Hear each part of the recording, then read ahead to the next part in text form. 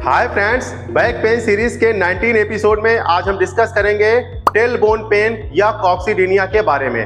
क्या आपके कमर के सबसे नीचे के हिस्से में दर्द रहता है? जब भी आप बैठते हैं तो उसमें चुभन जैसी और जलन जैसी मालूम देती है, जिसकी वजह से आपको अपना हिप बार बार शिफ्ट करना पड़ता है या जगह बदलनी पड़ती है? क्या आपको बैठने से भी डर लगने लगा है? क्या जब भी आप खड़े हो जाते हैं तब भी आपको दर्द रहता है? क्या आपका ये दर्द कूल्हे से होता हुआ नीचे पैरों की तरफ जा रहा है और कूल्हे में आपको शून्यपन सा भारीपन सा महसूस होता है? क्या आपको चलने में आगे झुक के चलना पड़ रहा है? अगर इन सब वजहों से आप परेशान हैं, आपको बहुत ज्यादा समस्या हो रही है, तो आज हम आपको सिर्फ 5 एक्सरसाइज बताएंगे जिससे आपके टेल बोन की समस्या खत्म हो जाएगी। तो अगर आप चैनल पर नए हैं तो इसको जरूर सब्सक्राइब कर लीजिए, जिससे हेल्थ से रिलेटेड आपको सही इंफॉर्मेशन मिलती रहे। मैं doctor Ishan Ali, फिजियोपैथिक clinic, Rajendra Nagar, Aishbagh road, Lucknow.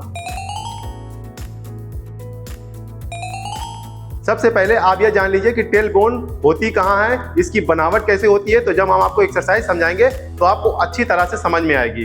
तो ये है स्पाइन का मॉडल। ये होती है सर्वाइकल गर्दन की हड्डी, ये होती है पीठ की हड्डी थोरेसिक जिसको कहते हैं, और ये होती है लंबर, और आप देख रहे हैं ये होती है सैक्रम, और ये सबसे नीचे की हड्डी होती है कॉक्सिक्स। इसी को ही टेल बोन कहते हैं। ये हड्डी 4 होती है जब बच्चा पैदा होता है। जब बड़े होने पर ये हड्डी फ्यूज हो जाती है, जुड़ जाती है, तो ये हड्डी एक हो जाती है। और आप इसकी बनावट देख रहे हैं, ये हल्की सी अंदर की तरफ कर्व है। जो लोग बहुत देर तक बैठे रहते हैं हार्ड सरफेस पे, जैसे स्टूडेंट हो गए या टेलर हो गए या ड्राइवर हो गए या ऑफिस में बहुत देर तक लोग काम करते हैं, इसी वजह से ही टेल बोन में दर्द होने लगता है। इसमें सूजन हो जाती है या स्पाज्म हो जाता है। और ये जो येलो कलर का आप देख रहे हैं, ये होती है नर्व जो नसों में सप्लाई देती है। और ये जो व्हाइट कलर का आप देख रहे हैं, ये होती है डिस्क जो शॉक एब्जॉर्प्शन का काम करती है। तो अब आपने इसकी एनाटॉमी के बारे में समझ लिया, अब हम इसके और कारण के बारे में जान लेते हैं। अगर कोई व्यक्ति सीढ़ियों से फिसल करके गिर जाता है टेल बोन के बल, या साइकिल से गिर जाता है या मोटरसाइकिल से गिर जाता है, टेल बोन के बल अगर वो गिरता है, इसकी वजह से फ्रैक्चर भी हो सकता है कॉक्सिक्स एरिया में, या उसमें डिसलोकेशन भी हो सकता है। आपको ये जान करके हैरानी होगी कि पुरुषों के मुकाबले 5 गुना तक महिलाओं में दिक्कत बहुत ज्यादा देखी जाती है। इसकी वजह ये होती है कि हार्मोनल चेंजेस होते हैं, या चाइल्ड बर्थ के समय या प्रेगनेंसी के टाइम भी टेल बोन की समस्या ज्यादा देखी जाती है, या ओल्ड एज के समय जब 2 हड्डियों के बीच में डीजनरेशन शुरू हो जाता है, यानी कि टूटने फूटने और रगड़ खाने की प्रक्रिया जब स्टार्ट हो जाती है, तब टेल बोन में दर्द होने लगता है। यही कारण होते हैं जो टेल बोन के दर्द की वजह बनते हैं। तो चलिए अब हम आपको एक्सरसाइज बताते हैं। अगर आपका ये दर्द शुरुआत है, यानी कि एक्यूट फेज में है, तो आप यहाँ पे आइस की मसाज करिए, यानी कि आप वहाँ पे बर्फ की सिकाई करिए। और अगर आपका ये दर्द क्रॉनिक है, पुराना है, तो आप वहाँ पे हॉट फॉर्मेंटेशन ले सकते हैं। इसके लिए आप एक सीट बाथ में बैठ जाइए, यानी कि आप किसी बड़े बर्तन में गर्म पानी ले लीजिए और उसमें सेंधा नमक डाल लीजिए या अजवाइन डाल लीजिए और आप उसके अंदर बैठ जाइए। इससे आपको बहुत अच्छी सिकाई होगी और आपको बहुत ज्यादा रिलीफ मिलेगा। इससे वहाँ पे दर्द कम होगा और सूजन कम होगी और वहाँ की मांसपेशियां जो है वो सॉफ्ट होंगी। उसके बाद आप जो है, जहाँ पे भी आपके दर्द है, वहाँ पे आप हल्के हल्के हाथों से मसाज करिए। बहुत ज्यादा आपको मालिश नहीं करना है रगड़ रगड़ के, बल्कि हल्के हाथों से आपको मसाज करनी है। तो सबसे पहली एक्सरसाइज हम करेंगे पेल्विक टिल्ट। उसके लिए आपको इस तरीके से ऐसे सीधे लेट जाना है और अपने पैरों को मोड़ लेना है इस तरीके से, और अपने हिप को थोड़ा सा टिल्ट करना है ऊपर की तरफ। आपको ऐसे करना है, आपको हिप ऐसे नहीं उठाना है। ये हिप ब्रिजिंग एक्सरसाइज है, बल्कि आपको थोड़ा सा अपने हिप को ऊपर की तरफ ऐसे लिफ्ट करना है। ऐसे करिए और यहाँ पे रोकिए, 1 2 3 4 5, फिर नीचे करिए, फिर ऐसे उठाइए।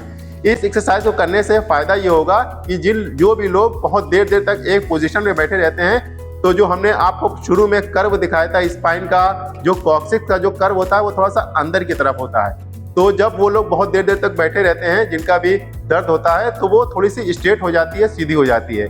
तो जब आप ये एक्सरसाइज ऐसे करेंगे तो जो कर्व होता है वो मेंटेन हो जाएगा। तो आप ऐसे करिए, यहाँ पे रोकिए, फिर नीचे, फिर आपको थोड़ा सा ऊपर उठाना है। ऐसे शुरू में ये एक्सरसाइज आप 10 से 15 बार करिए, और दिन में अगर आप 2 बार करते हैं तो आपको बहुत अच्छे रिजल्ट देखने को मिलेंगे। दूसरी एक्सरसाइज हम करेंगे कॉक्सिक स्ट्रेच। उसके लिए आपको ये पोजीशन ले लेनी है और अपने घुटनों को थोड़ा सा बाहर की तरफ फैला लेना है और फिर पीछे की तरफ इस तरीके से ऐसे जाना है। आपको इस तरीके से ऐसे जाना है। जब आप ये करेंगे तो आपको ग्लूटियल रीजन की और कॉक्सिस रीजन के सारे मसल्स, लिगामेंट्स वो खींचेंगे। जब वो खींचेंगे तो रिलैक्स होंगे। आपको यहाँ पे रोकना है, 1 2 3 4 5, फिर आपको ऐसे होना है। फिर आपको इस तरीके से इसे करना है।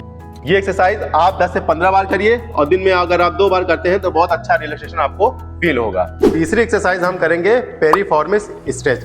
उसमें अपने पैरों को इस तरीके से ऐसे मोड़ लेंगे और एक पैर को इस तरीके से ऐसे रख लेंगे और अपने हाथों की उंगलियों को क्रॉस करके इसको खींचेंगे इस तरीके से। जब आप खींचेंगे तो ग्लूटियस मसल्स और कॉक्सिक्स एरिया की जितने भी मसल्स हैं, लिगामेंट्स हैं, वो सारे खींचेंगे, स्ट्रेच होंगे।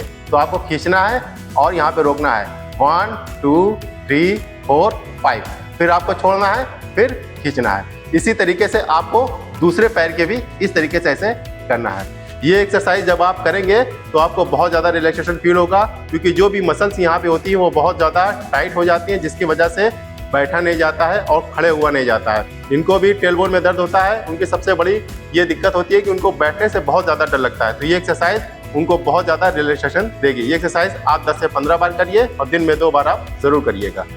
अगर आपको यहाँ तक मेरी वीडियो अच्छी लग रही है तो इसको एक लाइक जरूर कर दीजिए। अगर आपको टेलबोन में समस्या है या कमर में दर्द है या सियाटिका है तो आप हमसे इंस्टाग्राम पे भी जुड़ के सवाल जवाब कर सकते हैं या इस नंबर पे आप हमको व्हाट्सएप करके पूछ सकते हैं।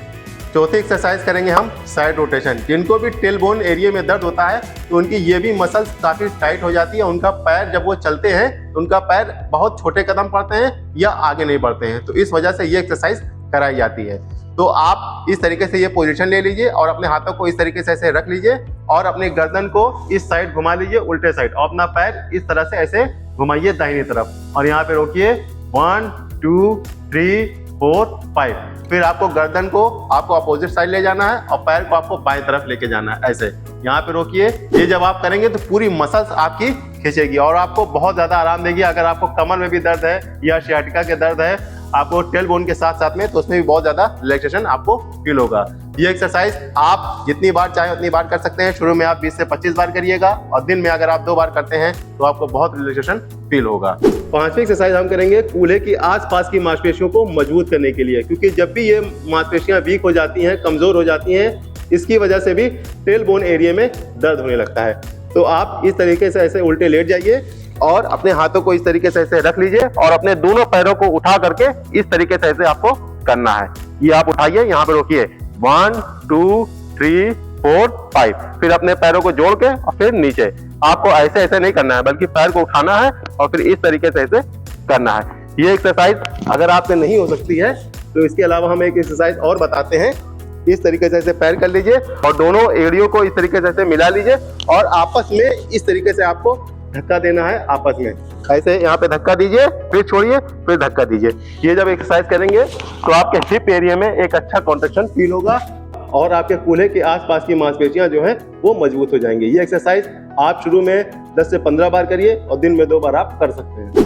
एक्सरसाइज के साथ साथ में आपको कुछ सावधानियां, प्रिकॉशन भी लेना होगा, क्योंकि जितनी ज्यादा जरूरी एक्सरसाइज होती है उतना ही आपको प्रिकॉशन के ऊपर भी ध्यान रखना है। अगर आपको टेलबोन पेन से बचना है तो आपको प्रोलॉन्ग सिटिंग यानी कि लंबे समय तक आपको बैठने से बचना होगा। इसके लिए आप कुछ देर पे टहल सकते हैं और आपको कुर्सी पर भी इस तरीके से ऐसे नहीं बैठना है। अगर आप इस तरीके से ऐसे बैठेंगे जिस तरीके से हम बैठे हुए हैं तो टेलबोन के ऊपर बहुत ज़्यादा प्रेशर पड़ता है। इससे इसके कर्वेचर जो है वो बदल जाता है, जैसा कि हमने आपको पहले बता रखा है। तो आप इस तरीके से ऐसे बैठिए। या अगर आप टेलबोन में आपके बहुत ज़्यादा दर्द रहता है, आपको उठने बैठने में बहुत ज़्यादा समस्या है, तो आप स्कूटर के टायर के ऊपर भी बैठ सकते हैं या मार्केट में कॉक्सिक्स कुशन आते हैं, कॉक्सिक्स सपोर्ट आते हैं, उसका भी हम लिंक डिस्क्रिप्शन में देख देंगे, आप वहां से भी चेकआउट कर सकते हैं। और अगर आपके टेलबोन में दर्द हमेशा बना रहता है तो आप कुछ दिनों के लिए बाइक और कार बिल्कुल भी मत चलाइए, क्योंकि अगर आप ऐसा करते हैं तो वहां पर झटका आएगा, इससे दर्द और ज्यादा बढ़ने के चांसेस हो सकते हैं। और जो भी महिलाएं ऊंची हील की चप्पल पहनती हैं, इसकी वजह से भी उनका हिप जो होता है